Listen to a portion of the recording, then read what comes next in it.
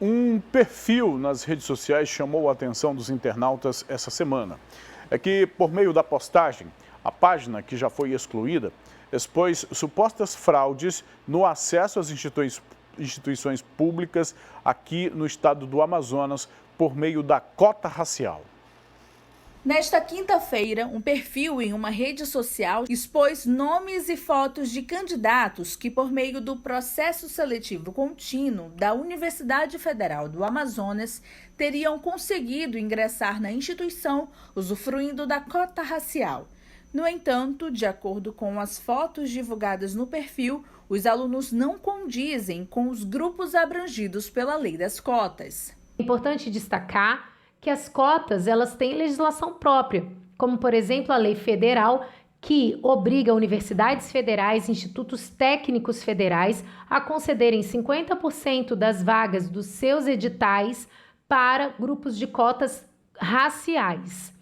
As demais universidades, elas também podem ter legislações locais ou ainda elas possuem autonomia para definirem seus editais criando cotas, criando grupos, características e principalmente documentações, procedimentos de comprovação desse grupo, dessa habilitação do candidato para esse grupo de cota. Fraude ao sistema de cotas pode resultar na expulsão da pessoa da universidade ou do desligamento dessa pessoa do serviço público, né?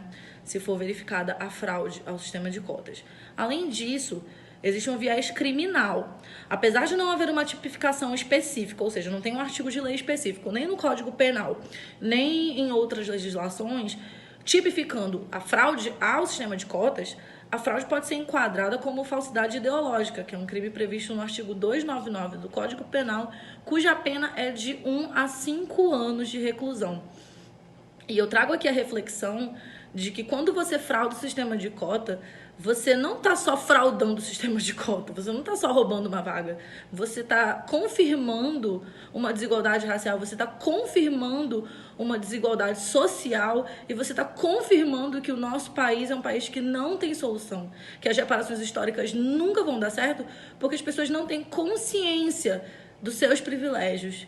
As cotas são políticas reparadoras. Elas são reservas de vagas destinadas a pessoas em alguma situação de vulnerabilidade e podem ser sociais ou raciais.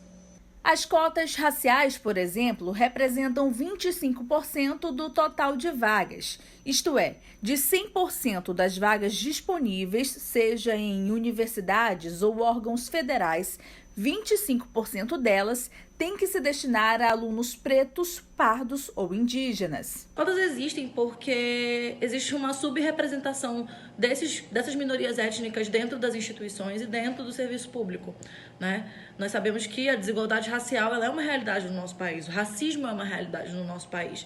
Então, no sentido de dar representatividade, oportunizar, na verdade, a representatividade dessas minorias étnicas dentro do ensino superior e dentro dos órgãos públicos, houve a necessidade da publicação da Lei 12.711 de 2012, que institui as cotas. As instituições que adotam as cotas são em âmbito federal. Portanto, a distribuição precisa ser detalhada em edital publicado antes da realização do vestibular, concurso ou processo seletivo. A distribuição das cotas, é importante destacar que ele precisa vir detalhadamente no edital publicado de modo antecipado à realização do vestibular ou do processo seletivo. Então, é através das regras dos editais que nós teremos como nos embasar e compreender para aquela instituição de ensino superior, por exemplo, como é que ela vai caracterizar cada um dos grupos de cota que ela pré-definiu em seu edital. E referente às possíveis fraudes, a UFAM se pronunciou através de nota, afirmando já ter ciência das denúncias feitas de maneira formal nos canais oficiais da instituição. Ainda segundo a universidade, as denúncias são apuradas por comissão constituída por meio da Pró-Reitoria de Graduação, a PROEG. A nota finaliza destacando que, caso exista incongruência na autodeclaração desses alunos, eles poderão ter a matrícula cancelada. Já a Universidade do Estado do Amazonas, que também emitiu nota oficial sobre o assunto, esclarece que não possui cotas para negros, e sim para indígenas. A UEA destacou ainda a forte presença dessa população no estado do Amazonas. As cotas, elas são medidas, como eu disse, são políticas reparadoras. A partir do momento que a gente chegar numa realidade, acredito eu, utópica, de igualdade social, de paridade de armas, que a gente realmente tenha pretos, pardos e indígenas em pé de igualdade com brancos, disputando sem nenhum tipo de empecilho, de obstáculo, para que eles consigam alcançar seus objetivos, aí eu acho que a gente não vai mais precisar de cotas. Mas isso é uma realidade muito distante aqui no Brasil. Nós vivemos uma desigualdade perene. Os jovens negros são os jovens que mais morrem no Brasil. As comunidades periféricas, em sua maioria, são compostas por pretos e pardos.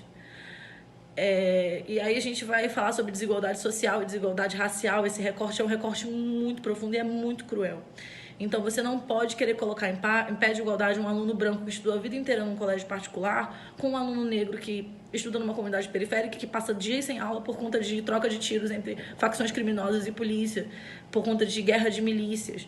Então, assim, não há como se falar em igualdade para desiguais.